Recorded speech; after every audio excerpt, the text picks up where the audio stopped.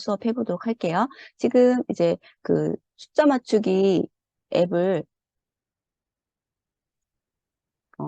해보도록 할 겁니다. 연습 문제로. 자, 요거는 1부터 100 사이에 임의의 숫자를 난수로 생성해요. 이거는 컴퓨터가 생성해 주는 거야. 컴퓨터가 어떤 수인지는 우리는 몰라요.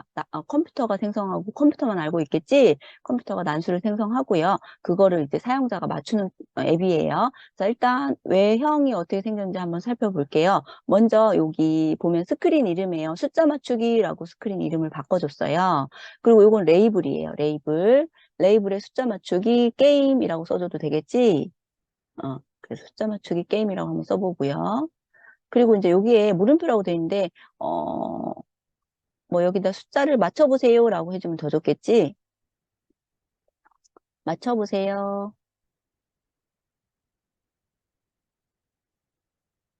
라고, 요것도 이제 레이블이죠.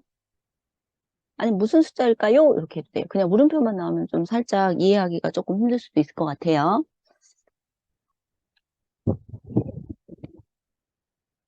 자, 그 다음에 밑에 요거는 이제 설명하는 부분이에요. 그래서 1부터 100 사이의 숫자를 입력하시오라고 돼 있어. 그래서 요 부분 전부 다 레이블로 만들어주면 됩니다. 레이블. 그래서 레이블 3개가 나와요. 그래서 1부터 100 사이의 숫자를 입력하시오라고 돼 있어. 그럼 여기 밑에는 텍스트 상자겠지요. 여기에다가 이제 내가 생각했던 숫자를 입력해 주는 거지. 50이라고 입력하고 입력 버튼을 누르면 어떻게 되겠어요? 그 다음에 이제 어떻게 되냐면 만약에 얘가 더 내가 그 컴퓨터가 생성한 숫자가 87이었다. 그럼 얘가 더 어때요? 커요, 작아요? 작잖아. 그럼 요 부분, 요 물음표 요 부분에서 뭐라고 나오냐면 입력한 숫자가 작습니다.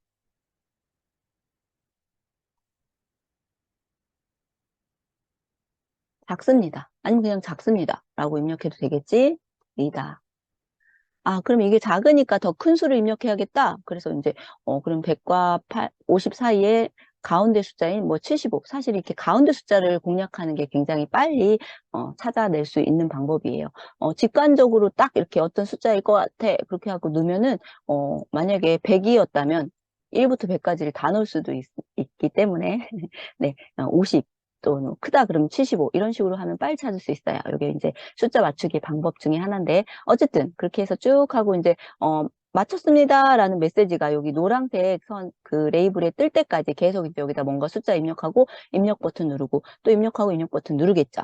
그리고 마지막에 이제 다 이제 맞췄습니다라고 했다면 다시 이제 랜덤하게 또 어떤 컴퓨터가 숫자를 할 수 있게끔 다시 하기 버튼을 눌러주면 되겠지요. 자, 이런 식으로 이제 그 조건문을 활용해서 숫자를 맞출 수 있는 앱을 만드는데요. 자, 여기에서 필요한 기초 지식은요. 일단 조건문하고 난수 생성하는 방법을 알아야 돼요. 난수라고 하는 것은 랜덤한 숫자를 얘기해요. 그래서 사용자가 지정한 범위 내의 숫자 중에서 임의의 숫자를 말해. 그래서 이 난수 생성하는 건 어디에 있냐면요. 수학 블럭에 있어요. 수학 블럭에 보면 임의의 정수, 이게 바로 난수라는 뜻이고요. 시작과 끝을 우리가 정해야 돼. 그러면 안 그러면 이제 컴퓨터가 엄청 이상한 숫자를 고를 수가 있잖아요. 그럼 우리가 알아맞힐 수가 없겠지? 그래서 뭐 1부터 100까지 사이에 있는 숫자를 중에서 난수를 정해주세요라고 한다면 이렇게 시작과 끝에 내가 원하는 숫자를 범위를 지정을 해주면 됩니다. 그렇게 해서 난수를 설정하고요. 난수와 관련된 블럭을 공통 블럭 밑에 있는 수학이라는 부분에서 확인한다라고 여기 설명 나와 있지요. 난수 설정해줬고요. 그 다음에 이제 두 번째로는요. 그 우리 뭐 분수 같은 걸 만약에 하고 싶어요. 그러면 뭐 0에서 1 사이에 임의의 실수를 생성하는 바로 요거를 선택해도 돼요. 요거는 정수, 요거는 분수입니다. 그래서 실수 생성하고요. 그 다음에 여기 세 번째에 있는 요 부분은 뭐냐면요. 시드로 특정 값을 지정하면 우리가 난수를 할 때 그 생성할 때마다 항상 같은 순서로 난수를 생성할 수 있다라는 거예요. 그래서 뭐 난수 시드도 생성할 수 있다라는 요 세 개의 블럭을 이용해서 우리가 난수를 생성할 수 있다라는 거 알아두시고요. 그 다음에 이제 문제를 어떻게 이제 문제가 순서가 되는지 문제를 한번 하나씩 살펴보도록 할게요. 맨 처음에 이제 난수를 생성해. 그럼 컴퓨터가 이제 난수를 먼저 생성해야 돼요. 이게 첫 번째입니다. 난수를 이제 87 이런 난수를 생성했다고 칠게요. 그러면 그 다음에 두 번째로 하는 게 뭐예요? 사용자가 숫자를 입력하겠지. 50이라는 걸 입력했어요. 그러면 이제 난수하고 87하고 50을 비교하겠지. 비교해서 큰지 작은지의 결과를 출력해 주는 거야. 아까 뭐 큽니다. 아, 큽니다라고 하면 안 되지. 얘가 더 크니까 작습니다라고 해. 얘가 그러니까 이렇게 하면 어떻게 뭐가 난수가 크다는 얘기야. 사용자가 입력한 숫자가 크다는 얘기야. 그러니까 헷갈리니까요. 어, 난수가 난수가 큽니다라고 해볼게요. 큽니다. 아, 그럼 내가 입력한 것보다 난수가 더 크니까 더 큰 수를 입력해야 되겠지? 아니면 이렇게 해도 돼요. 입력한 수가 작습니다. 이렇게 하면 되겠지? 음, 이게 더 좋을 것 같아요. 내가 요 입력한 수가 원래 내가 찾으려는 수보다 작다고. 그럼 이제 더 큰 수를 입력할 수 있겠죠. 그래서 계속 이거를 2번과 3번을 반복하는 거예요. 사용자 숫자 입력하고 크다, 작다를 계속 출력을 해주는 거지. 그러다가 맞추잖아. 그러면 다시 하기 버튼을 클릭해서 1부터 다시 시작하면 됩니다. 맞췄습니다 하고 끝날 수도 있어요. 4번에서 끝날 수도 있고요. 이제 다 맞췄으면 다시 하기 버튼은 이거는 선택사항인 거지. 더 하고 싶으면 다시 하기. 그렇지 않으면 뭐 여기서 끝낼 수 있어요. 4번에서. 그러면 다시 하기 버튼 누르면 다시 여기서 난수 생성하는 것부터 다시 해줘야 된다라는 거 기억해 주세요. 자, 요 순서대로 되고요. 아까 제가 말씀드렸듯이 레이블이, 요거 첫 번째도 레이블, 두 번째도 레이블, 세 번째도 레이블이에요. 그리고 여기에 수평 배치를 넣고요. 수평 배치 안에 텍스트 두 개를 입력합니다. 자, 제가 지금 급한 전화가 와서요. 잠깐만 전화 좀 받을게요. 죄송해요.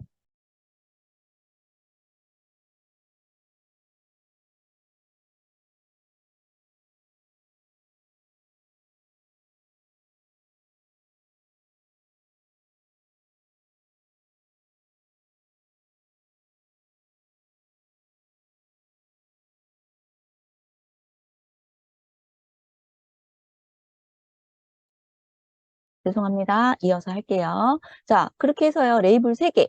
요거 지금 넣었고요. 그 다음에 수평 배치 넣었고요. 그 다음에 수평 배치 안에는요. 뭘 집어넣냐면 텍스트 상자 하나랑 버튼 하나를 넣습니다. 그래서 요거는 요 수평 배치 안에 들어가는 거야. 요거 3개 한 묶음이라고 치고요. 마지막으로 요거 다시 하기 버튼 넣었죠. 자, 이렇게 해서 버튼은 2개. 텍스트 박스 1개, 그리고 레이블 3개, 그리고 수평 배치 하나가 들어가는 그런 구조였어요. 자, 이해되셨나요? 구조를? 자, 이렇게 이해됐고요. 그 다음에 여기에서 두 번째, 요 수평 배치, 아니, 레이블, 요 두 번째 레이블에는요, 물음표가 처음에 나올 거고요, 기본적으로. 그리고 만약에 크면 큽니다. 작으면 작습니다. 맞았으면 맞췄습니다. 이런 메시지를 출력할 거예요. 자, 이해됐죠? 그래서 이거 한번 실행해 보도록 하겠습니다. 자, 여기서부터는 이제 우리 화면 설계 부분부터는요, 직접 실습으로 할 거니까 이제 화면을 넘어가도록 할게요. 에비멘트 화면을 실행시켜 주시고요. 같이 한번 해보도록 할게요.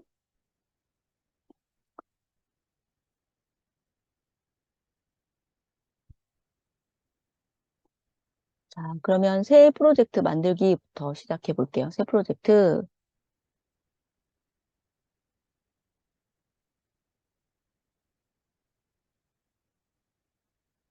자, 프로젝트 이름은 아까 뭐라고 했죠? 네, 게스 넘버라고 할게요. 게스 넘버.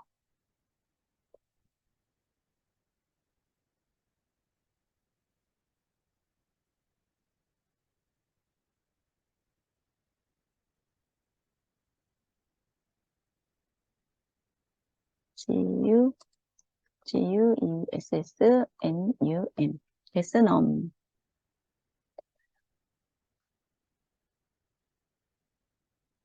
자, 그러면 새로운 화면 생성이 되었고요. 잠깐만요. 새로운 화면 생성이 공유되고 있네요. 자, 그러면 여기에 우리 이제 제목을 한번 써볼게요. 제목은요, 오른쪽에 이제 스크린 1 하고 오른쪽에 스크린 설명 나오죠. 숫자 맞추기 게임 뭐 이렇게 써주면 되고요. 숫자 맞추기 게임이라고 써줄게요. 그리고 제목에는 숫자 맞추기라고 넣어줄게요. 제목.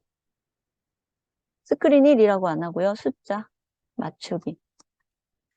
네. 그럼 이제 스크린 1 대신에 숫자 맞추기라고 여기 메뉴 여기 보이시죠? 숫자 맞추기 띄워줄까요? 숫자 띄우고 맞추기 해줄게요.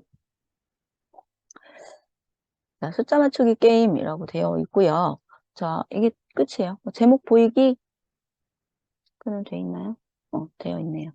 자, 그 다음에 이제 첫 번째로 레이블 3개를 넣어야 돼요. 그래서 레이블 쭉 넣어볼게요. 사실 설명하는 게 길었지 우리가 만드는 거는 빨리빨리 만들 수가 있어요. 그쵸? 그래서 뭐 요거는 레이블 1, 2, 3 이렇게 써도 되고요. 또는 뭐 레이블에 각각의 이름을 넣어줘도 되는데요. 첫 번째 레이블에는 어, 제목이 들어가죠. 제목이 들어가니까 여기다가는 레이블, 이름 바꾸기 해서 제목 레이블이라고 해볼게요. 제목 레이블이라고 해주고요. 자, 두 번째는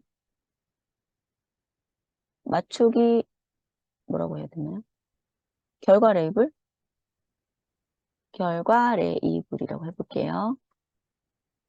자, 그리고 세 번째는 설명 레이블. 이렇게 해볼게요. 그럼 제목 레이블에는 제목이 나올 거고, 결과 레이블에는 이제 맞춘 결과가 어떻게 됐는지를 결과 확인 레이블이라고 해볼까요? 그리고 설명 레이블은 설명이 써지는 결과 확인 레이블. 조금 더 이런 레이블 이름이라든지 이런 게 처음에 몇 개 없을 때는 사실은 뭐 1, 2, 3 이렇게 해도 상관이 없는데요.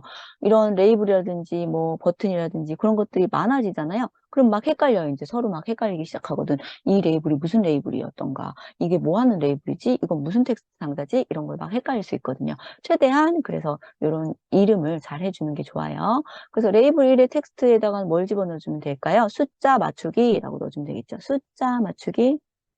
게임이라고 한번 해봅시다. 자, 얘는 레이블이 굉장히 커야 되잖아요. 그래서 글꼴을 한 25 정도로 크게 해줍시다. 그리고 이제 넓이는 우리가 부모 요소에 맞추기로 해놓을게요. 그리고 텍스트는 가운데 정렬로 해볼게요. 자, 숫자 맞추기 게임. 자, 뭔가 굵게 해줘도 좋겠죠. 이렇게. 그리고 뭔가 글자 색깔을 다른 걸로 주고 싶으면 그렇게 해도 될 것 같아요. 자, 제목 레이블 다 완성이 되었을까요? 그 다음에 이제 두 번째 결과 확인 레이블 한번 볼게요. 결과 확인 레이블은요, 일단은 요것도 너비를 부모 요소에 맞추기 해주고요. 부모 요소에 맞추기 해주고요. 그 다음에 레이블 2의 텍스트는 뭐라고 써주냐면, 뭐라고 할까요? 맞춰보세요. 이렇게 한번 해볼게요. 숫자를 맞춰보세요. 라고 하고요. 얘는요, 조금 우리가 맞춘 결과도 보여주고 막 해야 되니까 조금 텍스트 정렬은 가운데로 해놓고요. 텍스트 색상은 그냥 검정색으로 하는데 텍스트 크기도 아까 25였으니까 이건 한 20 정도로 해주고요. 그리고 배경 색깔을요. 아까 여기 우리 앱에서는 노란색으로 돼 있는데 우리도 주황색? 노란색? 아니면 여기 다른 색 사용자 지정으로 가서 다른 색으로 조금 해보도록 할게요. 너무 딱 주황이면 그러니까 약간 밝은 노랑 다시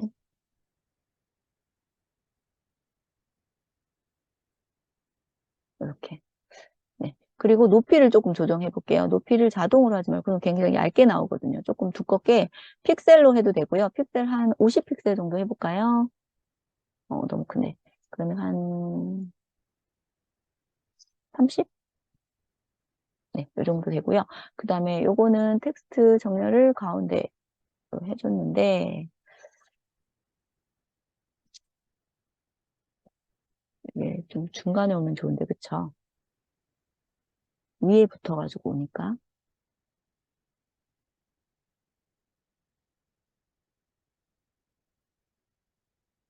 글꼴도 굵게 해주고요.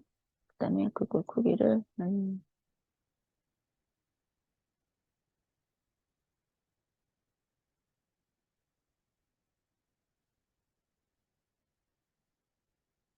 여기 또 있는데 조금 딱 붙어서 나오긴 하네요. 자, 이렇게 해서 일단 요거는 숫자를 맞춰보세요 라고 이제 글씨 나오게 해줬고요. 그 다음에 마지막으로 여기 밑에 있는 레이블 3번 여기에다가는 설명 레이블이니까 설명 써줄게요. 1부터 100까지의 100 사이의 숫자를 입력하세요 라고 써볼게요.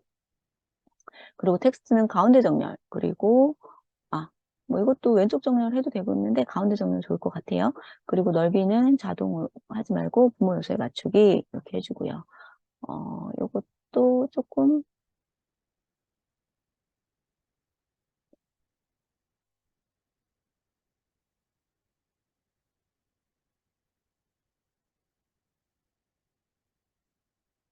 음, 크게 해줄게요. 17 정도로. 네.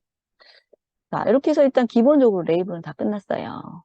숫자를 맞춰보세요가 너무 긴가요? 조금 너무 기네요. 물음표 무슨 수일까? 모르겠네요. 그냥 이렇게 할게요. 자, 그 다음 우리 수평 배치가 들어가야 됩니다. 그래서 레이아웃 가서요. 수평 배치 넣어주시고요. 여기 안에 뭐가 있지? 텍스트 상자 하나랑 사용자 인터페이스에 텍스트 박스 한 개, 그리고 버튼 한 개, 이렇게 넣어주면 좋겠습니다. 텍스트 박스 버튼 한 개, 이렇게 넣어줬고요. 자, 버튼에다가는요, 뭐라고 넣을까요? 버튼에, 어,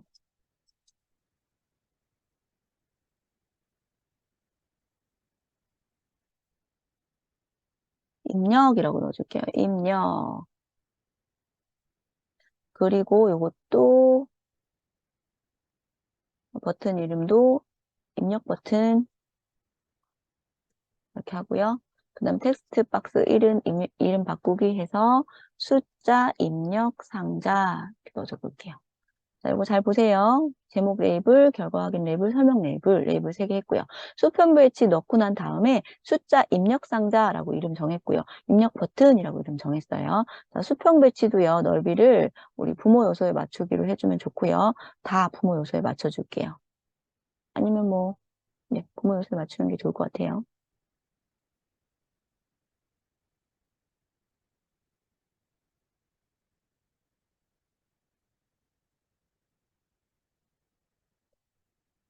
이렇게 입력이 너무 많은 뭐 범위를 차지한다 하면은 이렇게 퍼센티지 같은 걸로 맞춰줘도 되는데 지금은 뭐 텍스트 상자 안에도요 어차피 1부터 100 사이의 숫자가 그렇게 크진 않을 테니까 굳이 이렇게 입력 버튼을 작게 만들 필요는 없어요. 자, 요 왼쪽에 있는 텍스트 입력 상자도요 텍스트를 가운데 정렬해 주시고요. 그리고 크기는 조금 크게 한 16 정도로 해주시고 그리고 굵게 이렇게 해주시면 좋을 것 같아요. 이렇게 해서 이제 텍스트 입력 상자까지 우리가 다 만들었어.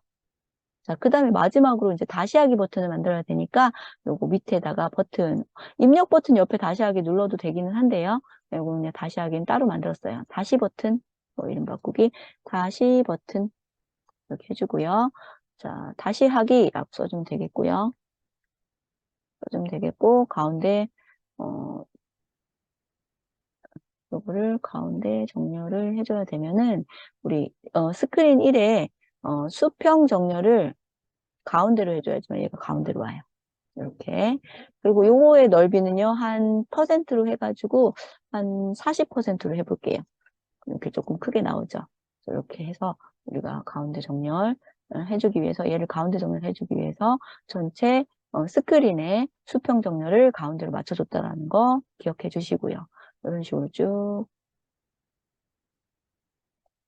해줬습니다. 자, 다 되셨나요? 그래서 지금 외형은 다 만들어졌어요. 일단 뭐 그 컴포넌트들의 이름도 다 다시 만들었고요. 이렇게 다 다시 해줬어요.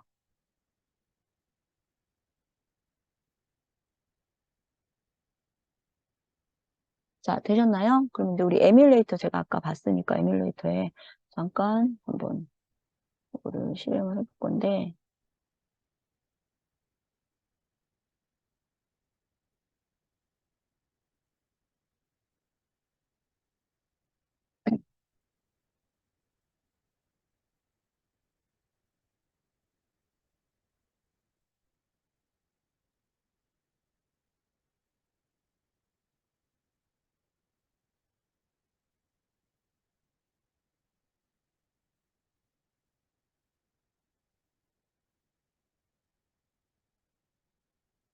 일단 외형이 잘 되었는지 확인하기 위해서 실행을 해볼 거예요.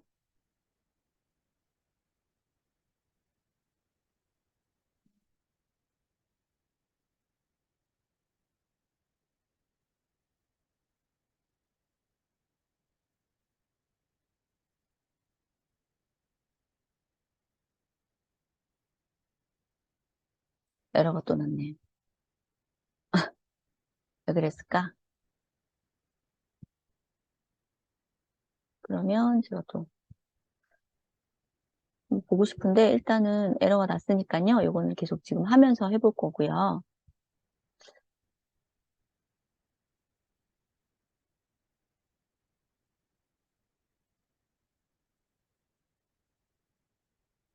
되면은 이것도 하도록 할게요. 자, 이제 여기까지는 거의 그 우리 블록 다 했고요. 아, 디자인 다 했고 이제 블럭으로 넘어갈게요.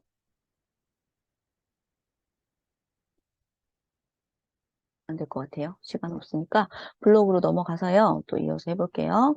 자, 일단 맨 처음에 변수를 선언해야 돼요. 우리 변수는 아까 설명 다 했으니까 변수 선언을 왜 하는 거죠? 지금 여기 보면은요. 우리 변수가 뭐가 있었어요? 우리 1부터 그 난수 만드는 거 요거를 변수에다 집어넣을 거예요. 그래서 난수를 만들 수 있는 변수 하나 선언해 볼게요. 전역 변수 만들기 변수에서 왜 전역 변수예요? 우리 난수는 전체 그 블록 내쭉 그 전체 블록에서 사용할 수 있고요. 뭐 그 부분에서 쓰면 전역 변수 아니면 그 지역 변수를 써도 되는데 굳이 뭐 그렇지 전역 변수를 써도 된다면 굳이 지역 변수 만들지 않고 그냥 전역 변수 이렇게 쓰면 될 것 같아요. 자, 난수니까 난수라고 해도 돼요. 난수. 제가 강의 자료에는요, R 넘버라고 썼거든요. 랜덤 넘버라는 의미로 R 넘버라고 썼는데, R 넘버라고 써도 되고, 그냥 한국말로 난수 이렇게 써도 됩니다. 뭐, 여러분 마음대로 하셔도 상관없고요. 헷갈릴 수 있으니까 그냥 R 넘버라고 할게요. RNUM. R 넘버고요. 초기값은 0으로 설정해줘야 됩니다. 초기값 항상 설정해줘야 된다고 제가 말씀드렸고요. 자, 그 다음에 이제 이 알넘버에다가 값을 지정해 줘야 돼. 그래서 지정하기 가져오시면 되고요. 전역 변수 알넘버에다가 1부터 100까지의 숫자를 지정해 주겠다. 그건 수학 블럭에 있었다 그랬죠? 수학 블럭에 가시면 임의의 정수 시작 여기 있지. 이미 1부터 100까지가 만들어져 있네요. 그래서 이렇게 그냥 바로 가져오시면 될 것 같아요. 그쵸? 어렵지 않죠. 자, 이렇게 하면 일단 전역 변수 만들었고, 그 다음에 그 랜덤 변수를 1부터 100까지 숫자로 설정하는 거 끝이에요. 그 다음에 이제 뭐 해주면 되냐면요. 요거를 어디다 집어넣으면 되냐면, 스크린이 초기화되었을 때 얘를 넣어야 돼. 그래서 이미 이 앱이 실행이 되잖아? 그럼 바로 그 변수를, 뭐죠?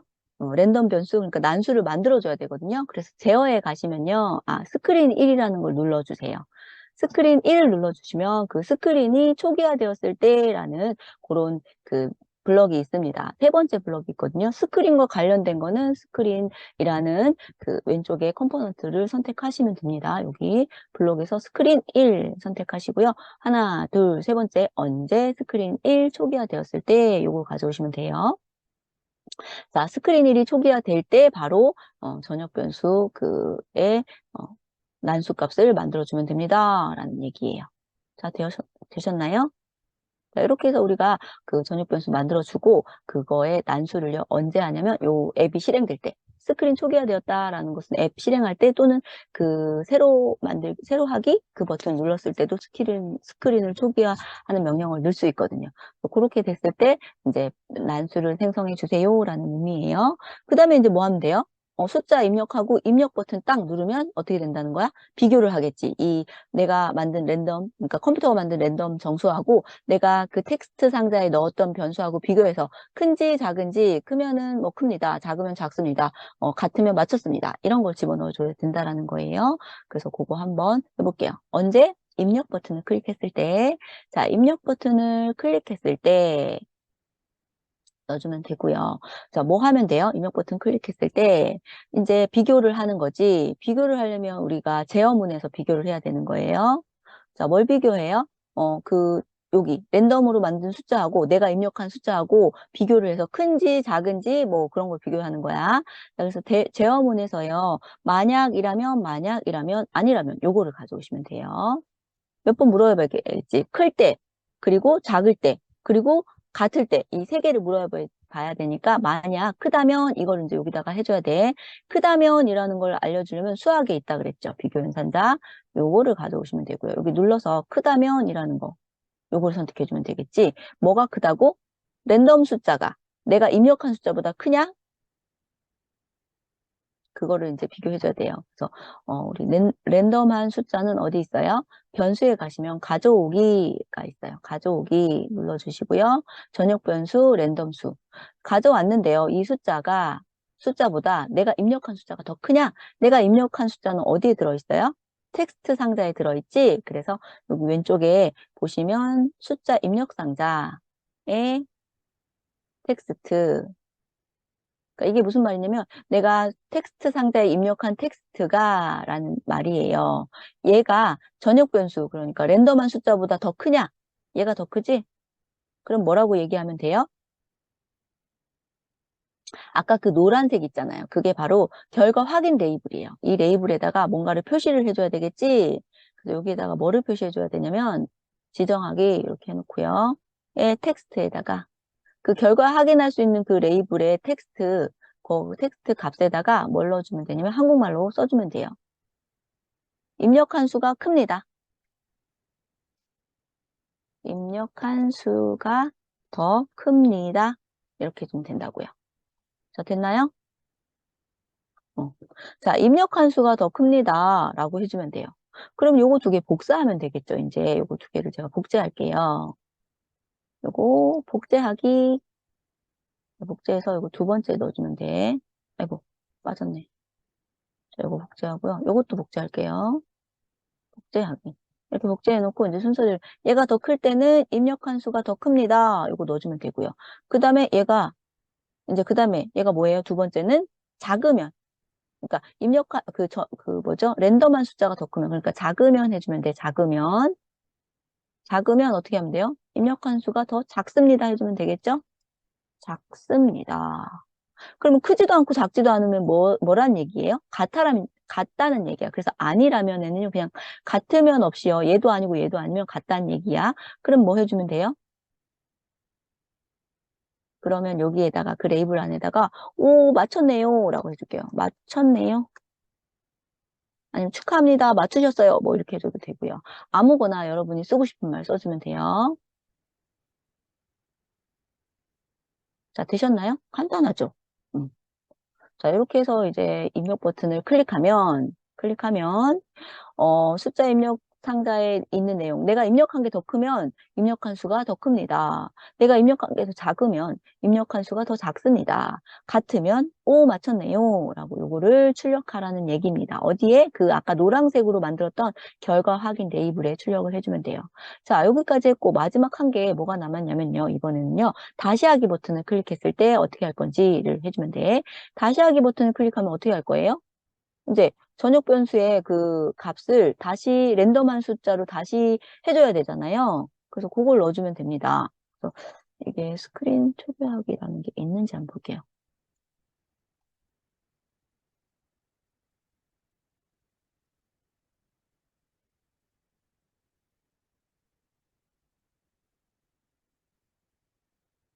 네, 스크린 초기화가 없으니까 그냥 요거 복사할게요. 자, 전역 변수의 랜덤 값을 R 넘버의 랜덤 값을 다시 넣어주면 되고요. 그 다음에 뭐 해줘야 될 것 같아요? 그 다음에 숫자 입력 상자에 그 텍스트 값이 없어야지 내가 또 다시 새로운 숫자를 입력할 수가 있지. 그래서 숫자 입력 상자에 텍스트 값을 만들어 줄 거니까 그거는 그냥 가져와야겠네요.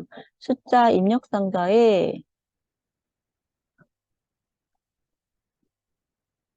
텍스트 값을 아무것도 없는 걸로 빈칸으로 만들어 주겠습니다. 이 말이에요.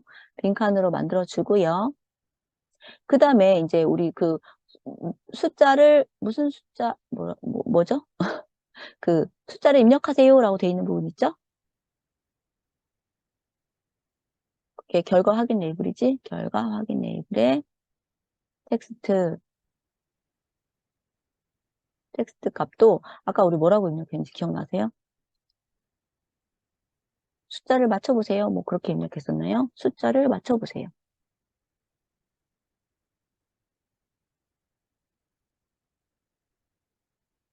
뭐 이런 식으로 넣어주면 된다라는 거. 그러면 다시 버튼 눌렀을 때는 거기 빈칸, 그 숫자를 입력하는 텍스트는 빈칸으로, 그리고 그 결과 확인 레이블은 숫자를 맞춰보세요. 라는 글씨가 써질 수 있게 해준다는 거예요. 자, 되셨나요? 이거 제가 한번 보여드릴 테니까 한번 코딩 해보시고요. 잘 모르시겠으면요, 강의 자료에 제가 다 넣어놨어요. 몇 페이지냐면요, 몇 페이지일까요? 네, 거의 뒷부분이거든요. 맨 강의 자료. 제가 강의 자료로 한번 보여드릴게요.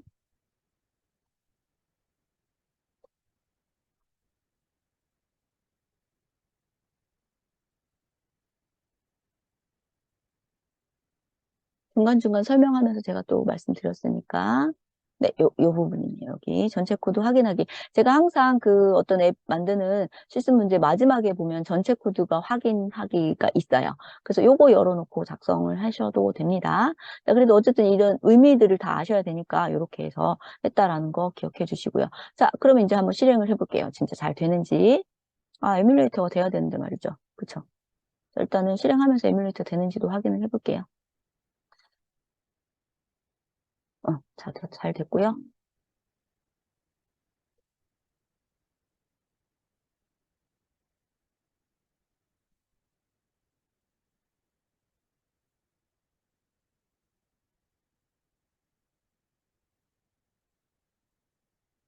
여기에 98765 이런 게 나와야 되는데 이렇게 미니치 나오면 왠지 안 되더라고요. 아, 다시 한번 해볼게요.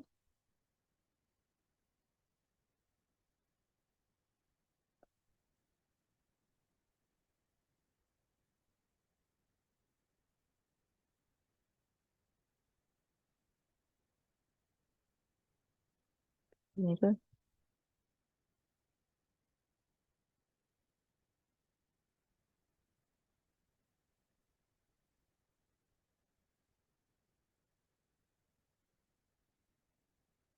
다시 실행해 볼게요.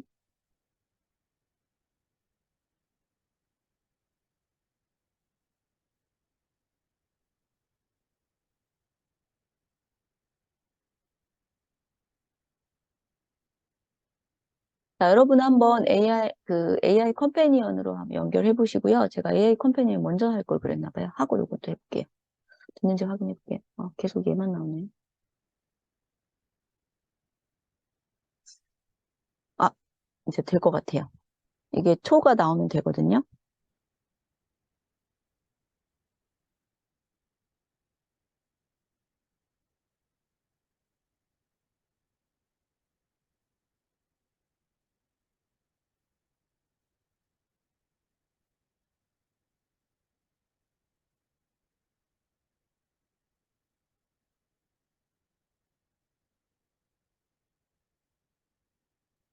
네, 될 것 같아요. 자, 여러분 해보셨나요? 자, 숫자 맞추기 게임 숫자를 맞춰보세요. 자, 여기다가 이제 넣어볼게요.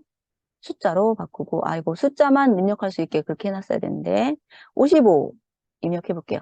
입력한 수가 작대요. 그러면 100과 55 사이네요. 그럼 제가 또 요거 지우고, 80, 75로 한번 해볼게요. 75. 입력한 수가 더 작대요. 오, 완전 큰가 봐요. 다시 88. 계속 작다고 나오네. 왠지 뭐가, 100인가요? 90, 93. 더 큽니다. 입력한 수가 더 크면 그러면 88과 93 사이네요. 그쵸? 그럼 90으로 해볼게요. 90 작다고? 그러면은 91인가 보다. 91. 오, 맞췄네요. 보셨나요? 자, 이렇게 해서 우리가 숫자 맞추기. 그래서 다시 하기를 딱 누르잖아? 그럼 여기 이제 없어지고, 다시 숫자를 맞춰보세요. 라고 레이블에 이렇게 나온다고요. 이해되셨나요? 자, 이렇게 숫자 맞추기 게임이에요. 요거 조금 그래도 재밌을 것 같아요. 여러분이 이제 숫자 맞추기 게임 같은 거 몇 번에 맞췄냐. 이제 요거에서 업그레이드 되는 거는 몇 번에 맞췄습니다. 요거까지 카운트라는 걸 해가지고, 이제 맞출 때마다 한 번씩 세워가지고 몇 번에 맞췄는지 요거까지 할 수가 있어요. 그거 여러분 해볼 수가 있을까요? 그거 할 수 있다면 그걸 과제물로 내고 싶은데요. 일단 여기까지 해서 우리 첫 번째 그 강의 자료 마쳤고요. 여러분들도 한 번씩 이거 간단한 거니까 실행해보고 우리 조금 부족한 부분이 있었지요. 그래서 아까 보시면 지금 이 부분도 그 숫자만 입력할 수 있게 해주면 좋고요. 숫자만 입력할 수 있게 해주면 좋고요. 그다음에 또 텍스트 상자를 조금 높이를 여유 있게 해주면 좋겠더라고요. 전체가 그래서 너무 딱딱딱 붙어 있는 것 같아서 이렇게 높이를요 조금 조정 자동으로 하지 말고 뭐 예를 들어서 퍼센트 같은 걸로 아니면 픽셀 뭐 한 예를 들어서 요거 숫자 맞추기 게임도 한 50픽셀 뭐 이렇게 좀 조금 여유 있게 되고요. 그다음에 요것도 조금 높이를 좀 여유 있게 픽셀로 해가지고 요것도 한 40픽셀 이렇게 좀 떨어져 있을 거 아니야, 그쵸? 그래서 조금 여유 있게 보일 수 있을 것 같아요. 자, 요거는 글씨 크기를 조금 크게 쓰면 가운데 정렬이 될 것 같은데, 조금, 네. 이것도 높이를 조금 더 조정을 해볼게요. 40으로. 이게 크게 하면은 숫자가 위에 이 글씨가 위에 붙어 있는 느낌이라 요거 자체를 가운데 정렬하기가 조금, 쉽진 않아요. 그래서 뭐 요거 안에 또 뭔가를 집어넣어서 이렇게 수평 배치나 수직 배치 이런 걸 이용해서 많이 하는데요. 요것도 이제 수직 배치로 놓으면 가운데 정렬을 딱딱딱 맞출 수가 있거든요. 다음에는 이제 수직 배치로 해가지고 한번 쭉 넣어볼게요. 웬만하면요, 전체를 수직 배치 안에 넣어서 이렇게 넣거나 수평 배치 안에 넣어서 하거나 아니면 표 배치 이런 걸 이용해서 한다는 것도 같이 알아두시면 좋겠어요. 그럼 내가 원하는 이렇게 높이라든지 넓이 같은 것들을 더 조절을 할 수가 있거든요. 그래서 이렇게 바로바로 이렇게 넣잖아요. 그럼 요거 자체 내에서 이렇게 딱 가운데 정렬을 조금 하기가 힘들어서 그 부분 여러분들이 그렇게 또 조금 수평이나 수직 배치를 넣어서 해주면 훨씬 더 보기 좋다라는 것도 생각을 해주세요. 자, 요렇게 이제 된다라는 거. 네. 그래서 재밌죠? 이렇게 해서 마쳤고요. 다음 강의 자료로 넘어가도록 할게요. 다음 강의는 함수 활용하기인데 요거 하기 전에 예제 하나 풀어볼까요? 제가 요거는 올려놓지를 않았어요. 그래서 간단한 또 올리려고 하기는 했는데 그냥 이것도 간단하게 한번 풀어보고 2교시 마치면 좋을 것 같아. 그 번역기가 있어. 언어 번역기라고. 이것도 이제 레이블이라든지 이런 것들 사용해가지고 하는 거고 여기 안에 보면 새롭게 사용하는 또 컴포넌트들이 있어요. 어떤 거를 사용할 거냐면 여기 보시면 번역기, 이거 지금 얀덱스 번역이라고 되어 있는데 여기 이제 트랜슬레이터라고 바뀌었더라고요. 그래서 어쨌든 번역하는 거 하나 있고요. 그 다음에 이제 번역한 내용을 직접 말로 해주는 음성 변환도 넣어줄 거예요. 그래서 지금 번역하는 거 요거 하나 사용해 볼 건데요. 여기에서도요, 이제 if문이 나와요. 여기 만약 요거가 있어서 제가 한번 볼 건데요. 만약 프랑스어를 선택했다면 프랑스어를 사용하고 또 그리고 뭐 독일어를 골랐다면 독일어로 번역을 해주고 영어를 선택했다면 영어로, 중국어를 선택했다면 중국어로 번역을 해주는, 요거 있으면 되게 좋겠죠. 그래서 여러분이 어떤 텍스트 상자에다가 뭔가 내용을 입력하고요. 번역하기를 누르면 여기 밑에 번역한 내용도 보여주고 그걸 또 말을 또 해줘. 그럼 되게 좋겠죠. 그래서 그거 해주는 언어 번역기예요. 굉장히 좋은 기능을 하는 앱이기 때문에 이거 하나 해보시면 좋을 것 같아요. 트랜슬레이터라는 이름으로 사용을 해볼 거예요. 자, 되셨나요? 일단 어떤 내용인지는 아셨죠? 그래서 여기에는 또 새로운 컴포넌트도 사용해 볼 거예요. 표 형식 배치라는, 표 배치라는 거 있어서 요걸 이용해 볼 거거든요. 요것도 또 새롭게 지금 또 선보이는 컴포넌트이기 때문에 한번 또 지금 같이 공부해 보시면 많이 사용할 수 있을 거예요. 자, 그러면 일단 기본적인 내용들은 제가 설명을 드렸고요. 실습으로 넘어가도록 하겠습니다. 자, 그러면 엘리멘트 파일 화면 하시고요. 새 프로젝트 할게요. 새 프로젝트 시작하기. 제가 이거를 만들어 놨거든요. 그래서 만든 거를 보여드리는 게 빠를까요? 아니면 새로 같이 하는 게 빠를까요? 트랜슬레이터. 자, 영어로 트랜슬레이터. 하고 제가 이미 만들어 놨기 때문에 오늘 0818로 해볼게요.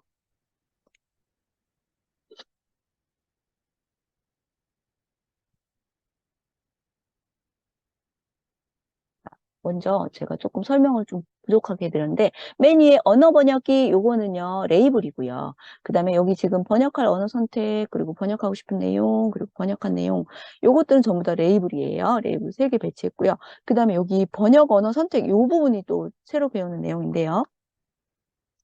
이 언어 선택하는 요 부분에요. 요거 누르면요. 요거 누르잖아요. 그럼 뭐가 나오냐면 스피너라는 걸 항목을 추가할 건데 여기에는 우리가 뭐 독일어 그러니까 항목에서 고를 수 있는 거야. 독일어, 뭐 영어, 일본어. 일본어는 없지. 중국어. 일본어 하고 싶으면 일본어도 넣어드릴게요. 그리고 뭐가 있었지? 뭐 어쨌든 이런 식으로 프랑스어. 이렇게 한번 여기에다 항목을 고를 수 있게 그 내용을 넣고 싶은데요. 그거를 위해서 스피너라는 컴포넌트를 추가해 볼 거예요. 그래서 이렇게 여러분이 직접 입력하는 게 아니고 이 버튼을 누르면 이 내용이 쭉 나오는데요. 그 중에서 내가 원하는 내용을 클릭하면은 그 항목이 선택되는 그런 게 바로 스피너라는 건데요. 요거 이용해 볼 거예요. 자, 그렇게 해서 요거 지금 일단 만들어보고 그 다음에 코딩 설정하도록 하겠습니다. 지금 화면 잘 보이고 있죠? 네, 화면 잘 보이고 있네요.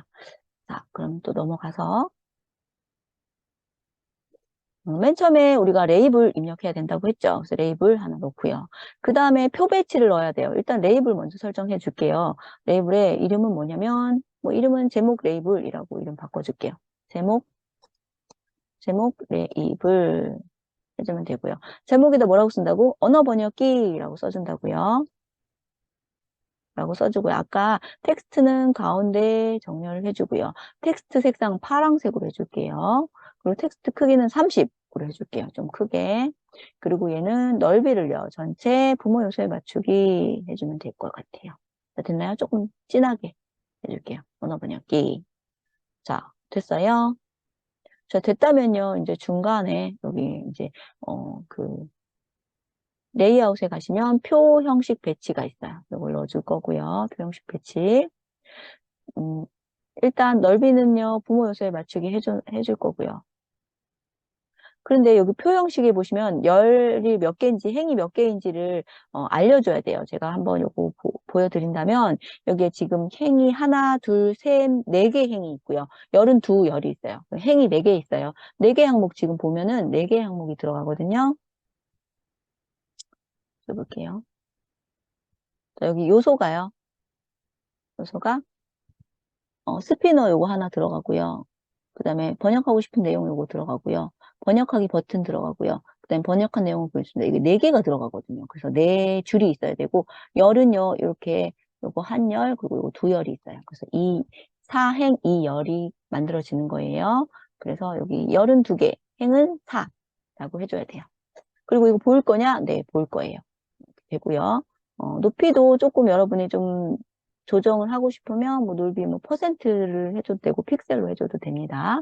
이렇게 자동으로 해놓고요.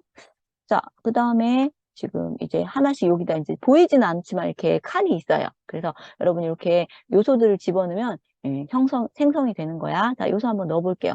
일단 아까 맨 처음에 여기 오른쪽에는요, 항목 4개 중에 첫 번째는 스피너를 넣을 거예요. 그래서 스피너 넣어보도록 할게요. 자, 스피너 여기 오른쪽에다가 2열에다 넣어줄 거고요. 여기다 넣을 거고요. 근데 오른쪽 지금 왼쪽 열하고 오른쪽 열인데 왼쪽 열에는 레이블 넣을 거니까 레이블 여기다 넣어줄 거고요. 레이블에다 뭐라고 쓸 거냐면요. 번역할 언어 선택이라고 써줄게요.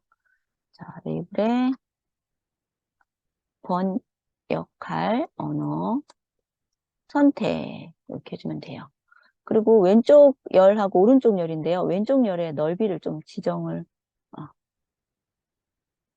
요거 넓이를 몇으로 해줄 거냐면 퍼센트로 해가지고 한 40%로 해줄게요. 그럼 이렇게 조금 여유 있고 이 번역할 언어 선택은 가운데 정렬을 해볼까요? 가운데 정렬.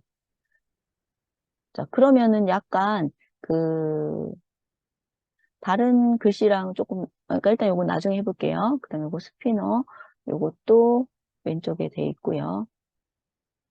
자, 그다음에 두 번째 항목은 뭐냐면 번역하고 싶은 내용을 넣어볼게요. 그래서 레이블 넣어서 두 번째에다가 번역하고 싶은 내용 번역하고 싶은 내용 이렇게 해주면 되고요. 요것도 가운데 정렬 해볼게요. 그리고 오른쪽에다가는요, 이제 번역하고 싶은 내용을 써야 되니까요. 오른쪽에다가는 텍스트 상자를 넣어줄게요. 그럼 여기에 이제 번역하고 싶은 내용을 쭉 쓰면 돼. 요건 여러 줄로 쓸 수 있게 체크를 해놓을게요. 놓고요. 그 다음에 그 밑에는요, 버튼을 이제 여기다가 내용 쓰고, 그 다음에 번역하기를 눌러야 되겠지? 그래서 버튼을 그 밑에다가 버튼 이름은 번역하기라고, 아이고, 하기라고 해줄게요. 그리고 가운데 정렬이 딱 되었네요. 번역하기. 됐죠? 여기다가 내용 써주고, 여기 번역하기. 그럼 마지막에 뭘 보여주면 돼요? 번역한 내용을 보여주면 되겠지? 그래서 왼쪽에 레이블 하나 가져다 놓고요. 여기다가는 번역한 내용 써주면 되고요. 그럼 오른쪽엔 번역한 내용을 보여줄 수 있는 텍스트 상자 또는 레이블을 보여주면 되겠죠. 레이블 넣어줘도 되고요. 텍스트 상자 넣어줘도 돼요. 그래도 그냥 텍스트 박스로 넣어줄게요. 그럼 여기 번역한 내용이 나올 거예요. 아, 요거 레이블로 넣네요. 지우고요. 레이블 넣어주고, 일단 초기 텍스트를 넣어줄게요. 번역한 내용이 보여집니다. 이렇게 넣어볼게요. 그러면 초기 텍스트에는 번역한 내용이 보여집니다. 라고 이제 나오는 거예요. 요거, 텍스트 색상은 빨강색으로 해줄게요. 그리고 이제 전체적으로 좀 맞춰볼게요. 이것도 가운데 정렬해주면 되고요. 전체 좀 크기들이 다 작잖아요. 그래서 요거 글꼴도 16 진하게. 요것도 16 굵게. 요것도 16 굵게. 해주면 될 것 같고요.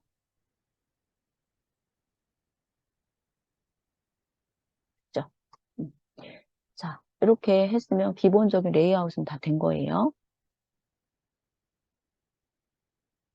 보셨나요? 이제 우리가 뭐 이렇게 내용 같은 거 넣는 거는 아주 간단하게 금방 잘할 수가 있는 것 같아요. 그쵸? 레이블 넣고 뭐 넣고 뭐 이렇게 설정하는 거 이런 것들. 이것도 조금 크게 해줄게요. 이렇게 15 정도로.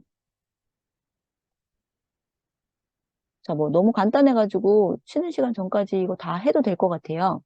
코딩도 바로 할게요. 아, 이거 하기 전에 보이지 않는 컴포넌트를 넣어야 되잖아요. 그래서 보이지 않는 컴포넌트 중에 우리 음성 변환하는 거 한번 넣어볼게요. 음성 변환은 미디어에 있지? 미디어에 음성 변환. 요거는 이제 번역한 내용을 말로 표시해 주기 위해서 넣는 거고요. 그 다음에 또 그 번역기를 넣어줘야 되지? 번역기가 저장소 어디 있죠? 어딘지 기억이 안 나.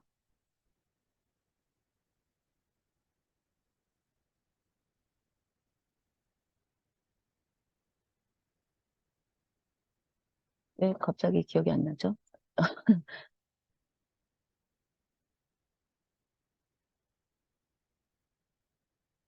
어디 있을까요? 트랜슬레이터인데. 아, 여기 있네요. 미디어에. 자, 여기 음성 변환 바로 밑에 있네요. 트랜슬레이터라고요. 요거예요. 자, 넣으시면요. 밑에 음성 변환, 트랜슬레이터 이렇게 두 개가 나타났지요. 그래서 이게 이제 예전에는 얀덱스 번역기라고 되어 있었는데 요게 이렇게 바뀌었어요. 트랜슬레이터라고. 그래서 요걸로 넣으면 되고 또 우리 이제 스피너 넣은 거를 조금 살펴볼게요. 다른 거는 안 살펴봐도 되는데 텍스트 상자에 글씨도 조금 크게 넣고 싶다 그러면 한 15 정도로 넣어주시면 되고요. 왼쪽 정렬로 해주고 여기 텍스트 박스의 힌트는 안 보여줘도 될 것 같아요. 좀 지저분하더라고요. 그렇게 하고 여러 줄 체크해주면 되고요. 이 정도 하면 될 것 같아요. 그리고 이제 스피너가 중요해. 스피너는 뭐냐면 여기 오른쪽 속성 이게 되게 중요합니다. 스피너에 속성에다 뭐라고 넣어주면 되냐면 이거 눌렀을 때요. 이제 그 언어 번역할 언어들을 우리가 쭉 보여줘야 돼요. 그래서 여기 아까 우리가 번역하고 싶은 언어가 뭐 프랑스 그 다음에 또 뭐가 있어요? 근데 요거 이제 요소를 여기다 쭉 이어서 넣어주는데, 넣어줄 때 그 컴마를 해주면 돼요. 그 쉼표. 쉼표를 해줘야지 다음 요소 이렇게 넣어주고요. 그게 이제 다음 줄에 이렇게 나와요. 이따가 한번 살펴보시면 아는데, 일단 프랑스어, 그 다음에 또 뭐가 있었죠? 독일어, 그 다음에 또 영어, 중국어, 일본어 이렇게 한번 해볼까요? 이렇게 이제 5가지의 언어로 번역을 할 수 있게끔 이렇게 해준 거예요. 너비는 뭐 자동으로 해도 되고요. 몇 픽셀을 맞춰주셔도 되고요. 그 다음에 프롬프트라고 하는 건 설명 넣어주면 돼요. 그 맨 처음에 나오는 거. 요거는 요 언어 선택 이렇게 한번 해줬고요. 그 다음에 이제 우리가 언어를 선택하지 않아도 기본적으로 기본 항목은 영어로 한번 해볼게요. 그래서 영어라고 한번 넣어줘 볼게요. 자, 이렇게 이제 기본적으로 이렇게 스피너의 속성. 자, 그래서 스피너에 여기서 말 나오는 거는 뭐 어떻게 하면 된다고요? 어, 네, 어느 번역기 아까 네, 연결했으면 좋겠고.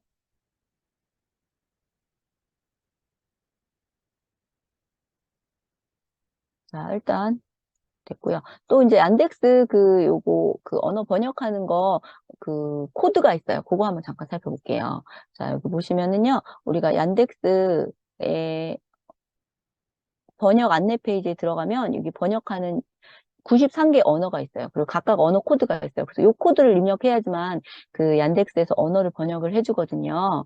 그래서 여기 보시면 우리가 제일 많이 쓰는 거 영어는 EN, 잉글리시에서 EN이라는 코드를 이용할 수 있고요. 스페인어는 ES, 에스파뇰이라고 해서 EN, 루마니아는 RO, 러시아어가 RU예요. 원래 루마니아를 RU로 해도 되는데 이거 로마니언이라고 되는구나. 그래서 이게 RO고요. 러시아는 RU예요. 그리고 또 우리가 하려던 독일어.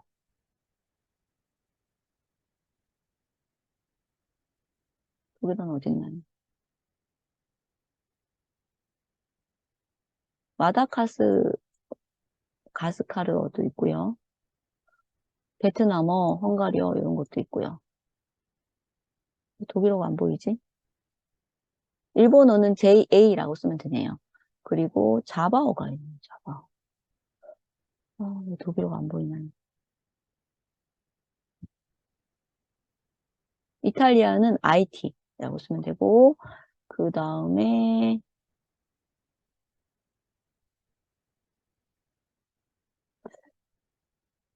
또 우리가 뭘 했었죠? 중국어 했었는데 중국어도 안 보이네요. 여기 중국어는 ZH라고 쓰면 되고요. 독일어가 안 보이긴 하는데 독일어는 제가 여기다가 넣어놨어요. 거기 독일어가 뭐냐면 DE, 도이치라고 해서 DE 이렇게 넣으시면 됩니다. 일단 여기 아마 인터넷으로 그냥 검색해서 얀덱스 언어? 뭐 이런 식으로 검색하면 아마 얀덱스 코드 이런 게 나올 거예요. 그래서 그거 참고해서 보시면 될 거고요.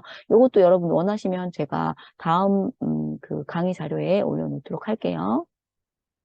아니면 지금 제가 영상을 올려드리면 영상에 아마 요 부분을 이렇게 쭉 보시면 어떤 언어가 있는지, 여기 있네요. German, 독일어, DE. 돼 있죠? 그래서 이런 것들을 살펴볼 수 있어요. 프랑스어는 FR이에요. 프랑스. 자, 이렇게 해서 우리 지금 일단 살펴봤고요. 그러면 들어가서 우리 코딩을 한번 시작을 해보도록 하겠습니다. 블록 화면으로 넘어갈 건데, 잠깐만요. 채팅. D. 우리 똑똑한 재영 학생 잘 말해줬어요. 자, 이렇게 해서 우리가 지금 번역 블록해서 간단하게 한번 해보도록 할게요. 먼저 언어 코드를 넣을 전역 변수를 하나 만들어야 돼요. 그래서 변수 만들기 해서요. 전역 변수 만들기 가져와서 전역 변수에 언어 코드를 넣을 거니까 언어 코드라고 한번 그냥 한국말로 해볼게요. 언어 코드 해서 언어 코드의 초기 값은요. 우리 영어로 먼저 초기 값을 하고 싶다고 했잖아요. 그 영어 초기 값인 en으로 한번 넣어볼게요. en.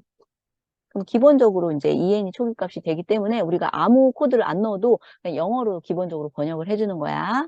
en이라고 넣고요. 그 다음에 이제 스피너의 항목에 쭉 그 내용들이 나오거든요. 그래서 스피너 항목에 만약에 프랑스어를 선택하면 코드를 en을 넣어줘라. 또 독일어를 선택하면 코드를 DE로 넣어줘라. 이런 거를 설정을 해줘야 돼요. 그래서 그거를 우리 스피너 일단 들어가시면요. 스피너 선택 후에라고 되어 있는 부분이 있어요. 이게 뭐냐면 이제 스피너에는요. 선택된 항목이라는 매개 변수가 필요한데요. 선택된 항목이 만약에 프랑스어라면 코드를 프랑스어를 넣어줘. 뭐 이런 식으로 이제 작성을 해줄 거예요. 그래서 요걸 넣어주고요. 만약에 요거 맨 마지막에 있는 거 만약에 스피너 1에 선택된 항목이 뭐냐 이걸 물어보잖아요. 그러면은 우리 논리 함수에서 는 요걸 가져와야 돼요. 그래서 왼쪽에 스피너 항목에 선택된 항목이 뭐와 같냐, 프랑스어와 같냐, 독일어와 같냐, 뭐와 같냐 이런 거를 해줘야 되거든요. 그래서 요걸 먼저 가져와서 먼저 우리 순서가 어떻게 되었죠? 순서대로 안 해도 상관은 없어요. 일단 그래도 프랑스어, 독일어, 영어, 중국어, 일본어 이렇게 순서대로 했네요. 프랑스어부터 먼저 할게요. 프랑스어냐? 요거는요, 아까 앞에 썼던 스피너에 썼던 글씨랑 똑같아야 돼. 조금이라도 틀리면은요, 항목이 없다라고 나올 수 있거든요. 그래서 똑같이 써줘야 돼요. 프랑스어냐, 프랑스어가 선택이 됐냐, 이 말이야. 스피너에 선택된 항목이 프랑스어냐라고 해줘야 되니까, 스피너에 선택된 항목, 이렇게 해줘야 되겠지. 자, 스페인어에 선택된 항목이 프랑스어와 같냐? 그래서 우리 디자이너에서 여기 썼던 요 글씨 있지? 요거 잘 모르겠으면 요거 그대로 복사해 와서 여기다가 써주면 돼요. 그렇게 하면 정확하게 이제 우리가 틀리지 않고 할 수 있겠죠. 요거 복사를 여러 개 해줄게요. 여기다가는 독일어와 같냐? 그 다음에 또 요거 복제해서 이번에는 여기 영어 있지? 영어. 이거 그대로 제가 이렇게 복사하는 거예요. 이유는 이제 혹시나 오타가 날까봐. 또 일단 잘 될 거라고 가정하고 써볼게요. 그 다음 뭐였죠? 일본어? 뭐였나요? 중국어? 중국어. 한번 볼게요. 중국어, 일본어 이렇게 썼네요. 자, 어쨌든 요거 만들어 놨고요. 이제 만약에 요거라면, 만약에 선택된 항목이 프랑스라면은요, 언어 코드에, 여기 지금 매개 변수가 있어요. 언어 코드를 받아야 되거든요. 그래서, 변수에 가서 지정하기, 요거를 넣어주시고요. 언어 코드, 전역 변수의 언어 코드의 값을 뭐라고 넣어주냐면요. 가져와서, 프랑스어는 뭐였어요? FR이었죠. 그래서 FR이라고 넣어주면 돼요. 되셨나요? 그럼 그 다음에 독일어면, 만약에 독일어면 뭐라고 넣어주면 돼? DE라고 넣어주면 되겠지? 요거 복제해서 DE라고 넣읍시다. DE. 자, 이제 쉽죠? 이제 그냥 쭉 이어서 하면 되는데 모자라네요. 그래서 여기 들어가서 아니고 만약을 더 넣어줘요. 그리고 아니면은 없어. 요거는 없으니까 요건 빼주고요. 아니고 만약을 하나 더 넣어줄게요. 그리고 내가 그 할 만큼 여기다 쭉 넣으면 돼요. 자, 그래서 또 아니고 만약 영어라면 EN을 넣어줘야 되겠지?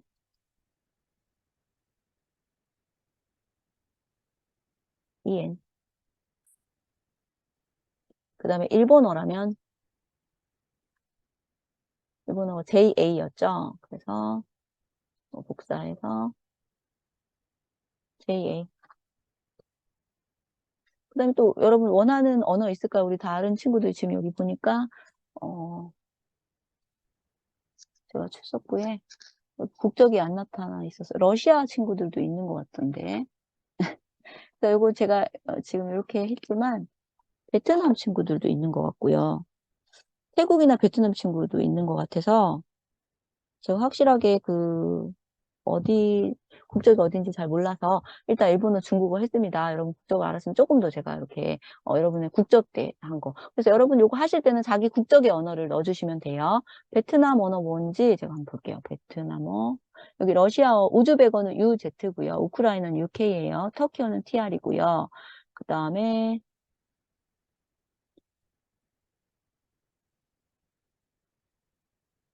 이제 보면은 어, 스페인어는 안 온 것 같고 중국어가 여기 있었네요. 그다음 한국어는 K5로 넣으면 됩니다. 그 다음에 딱 한번 여기 베트남어는 VI로 넣어주시면 되고요. 말레이어는 MS. 그래서 여기 여러분 태국어는 없나요? 딱 보면 태국어는 없는 것 같은데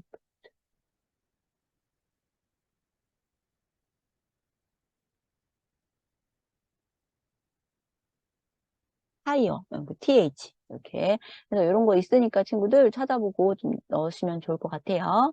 자, 그럼 마지막으로 중국어는 뭐였죠? ZH였죠. 그래서 ZH 조금 중국어가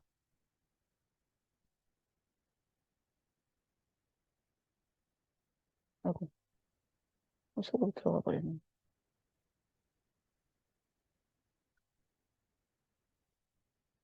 이렇게 해서 이제 다 넣고 요거를 이제 여기다 넣으면 돼. 그러면 스페인어를 딱 클릭해서 프랑스어를 선택하잖아요. 그러면은 그 항목 값에다가 FR을 넣어줘요. 그럼 이걸 언제 어떻게 해줘야 돼? 번역을 해줘야겠지. 그래서 우리가 아까 보이지 않는 항목에 번역하기 있었잖아요. 얀덱스 번역. 그래서 번역하기 트랜슬레이터에 눌러보시면 이제 여기 번역을 하면 됩니다. 번역하기를 클릭했을 때 일단은 번역하기 제가 이거를 버튼을 번역하기 버튼으로 바꿨어야 되는데 안 바꿨네요. 자, 요 번역하기 버튼은 이름을 번역하기라고 바꿔줄게요. 번역하기라고 바꿔줄게요. 자, 그러면 번역하기라는 버튼을 클릭하면 이제 번역 시작해야겠지? 그래서 얀덱스 그 트랜슬레이터 바뀌었는데 제 그 이름이 자꾸 입에 배가지고요. 트랜슬레이터 가면 이제 이 그 클릭했을 때 번역을 요청하면 됩니다. 트랜슬레이터 번역을 요청하고요. 번호 언어 코드를 바로 이제 그 번역 여기 전역 변수에 있는 그 번호 언어 코드를 넣어주면 돼요. 그 번역 변수에 가면요 가져오기가 있어요. 이렇게 해서 언어 코드를 가져오면 됩니다. 그리고 그 언어 코드를 지금 이 언어 코드 값에다 이런 걸 넣어줬잖아. 그래서 만약에 예를 들어서 내가 스피너에서 프랑스어를 선택하면 언어 코드에다가 제 FR을 넣어주겠다는 거야. 그래서 그 번호, 언어 코드를 이제 가져오겠다는 거예요. FR을 들어간 초기 값은 EN이지만요. 스피너에서 얘를 선택하면 요 그 언어 코드의 변수 안에 코드가 바뀌는 거야. FR이나 DE나 EN이나 JA, ZH로 바뀌어준다는 거예요. 그렇게 바뀌고 난 후에요. 그 다음에 이제 이 번역할 텍스트에다가 번역을 해주는데 그 번역 텍스트를 어디다 넣어주냐면요. 우리 아까 번역한 텍스트 박스 하나밖에 없지요. 이거 지금 이렇게 여러 가지 레이블이 많고 막 이러니까 되게 헷갈리잖아요. 그쵸? 그래서 텍스트 박스 여기 있네요. 자, 이거는 번역한 텍스트라고 바꿔줘야겠네요. 헷갈리네요. 아니네. 레이블 4였나요? 레이블 4였구나. 레이블이 왜 여긴 4인데 여긴 5가 나올까요? 번역 내용 보이기로 바꿔줘야겠다. 번역 내용 보이기로 바꿔주고요. 그 다음에 요거는 가져와야 되겠지? 이름 바꿔서 번역 내용이라고 바꿔줄게요. 이게 많으니까 벌써 저도 헷갈리네요. 자, 그래서 번역할 텍스트는 번역 내용에서 가져와야겠지? 이걸로 가져올게요. 번역 내용 점 텍스트를 가져오겠죠. 그래서 언어 코드는 이건데요. 어떤 텍스트를 번역할 거냐면 우리 여기 텍스트 상자 안에 있는 거 여기 내가 입력할 거야. 여기 텍스트 상자 안에서 안녕하세요라고 내용을 입력할 거예요. 그러면 이제 번역기가 하고 번역기를 딱 누른 순간에 트랜슬레이터 그러니까 번역기를 호출해가지고 코드는 지금 내가 선택한 프랑스어 코드로 바꿔줄 건데 어떤 걸 바꿔줄 거냐면 아까 내가 입력한 안녕하세요라는 글씨를 프랑스어 코드로 바꿔줄 거예요. 그럼 바꿨지? 그럼 그 다음에 어떻게 해야 돼요? 바꾼 내용을 이제 번역을 해서 뭐 보여주다든지 아니면 그러니까 어디 뭐 레이블로 보여주거나 뭐 그렇게 해야 되잖아요. 그래서 그거 보여주는 것까지도 해줄게요. 그냥 번역하고 끝날 수도 있어. 그렇지만 번역한 내용을 어디다가 보여줘야 되겠지? 아니면 말로 해줘도 되니까. 그래서 번역하기 다시 한번 그 트랜슬레이터를 눌러보시면요. 번역한 후에 어떻게 할 건지를 번역을 받았을 때라고 이거 한번 볼게요. 번역한 후에요. 이제 레이블로 보여줄 거야. 그래서 레이블로 보여줄 거니까 레이블 번역 내용 보이기 들어가서요. 지정하기 주시고요. 번역 내용 보이기에 텍스트에다가 번역한 내용을 보여주면 되지. 그래서 여기 보시면 매개 변수가 두 개 있어요. 번역하는 거. 여기 요게 이제 바로 번역한 내용이야. 그래서 요거는 변수에 가서요. 가져오기 하고 여기다 넣어주고 요거 눌러보시면 번역이 없나? 번역. 요걸 넣으면 나와요. 여기 넣으면은 번역이라고 나옵니다. 꼭 넣어주고 난 다음에 이걸 골라주셔야 돼요. 그래서 번역 내용의 그 레이블 값에다가는요. 레이블 안에 번역한 내용을 가져오면 돼. 되셨나요? 그리고 나서 여기서 끝내도 돼. 그러면 그냥 여기 지금 레이블 안에요. 지금 번역하기 누르는 순간 바로 여기 안에 있던 내용을요.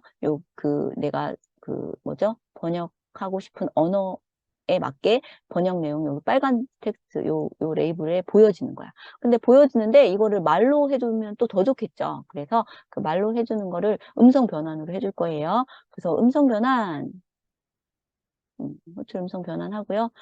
어떤 메시지를 음성으로 변환해 줄 거냐면 여기 지금 번역 내용 보이기 요 부분이에요. 그래서 레이블 5에 있는 거 번역 내용 보이기의 텍스트 여기 레이블 5에 보여지는 그 텍스트를 그대로 음성으로 변환해 주겠다는 건데, 사실 여기에요, 프랑스어로 막 하잖아. 그럼 원래는 뭐 봉주르 이렇게 프랑스어로 그 말이 나와야 되는데, 영어 발음으로 프랑스어가 봉주르 뭐 이런 식으로 나와요. 되게 웃겨요. 한국 발음인가요? 그리고 뭐 독일어로 번역하잖아. 그럼 뭐죠? 구텐탁 뭐 이렇게 좀 독일어로 발음해야 되는데, 구텐탁 뭐 이런 식으로 되게 웃기게 발음을 해주거든요. 되게 웃기긴 하지만 그래도 이렇게 어떤 발음인지 좀 알 수도 있을 것 같고, 그리고 이왕이면 또 이렇게 한번 말로 언어로 들어보는 것도 재밌거든요. 그래서 그렇게 이렇게 번역이 됩니다. 제가 쉬는 시간에요, 요거 에뮬레이터로, 사실 에뮬레이터로 하면 말을 들어볼 수는 없어요. 그래서 일단 제가 휴대폰으로도 한번 해보고요. 그리고 또 에뮬레이터로 또 설정해 놓을게요. 지금부터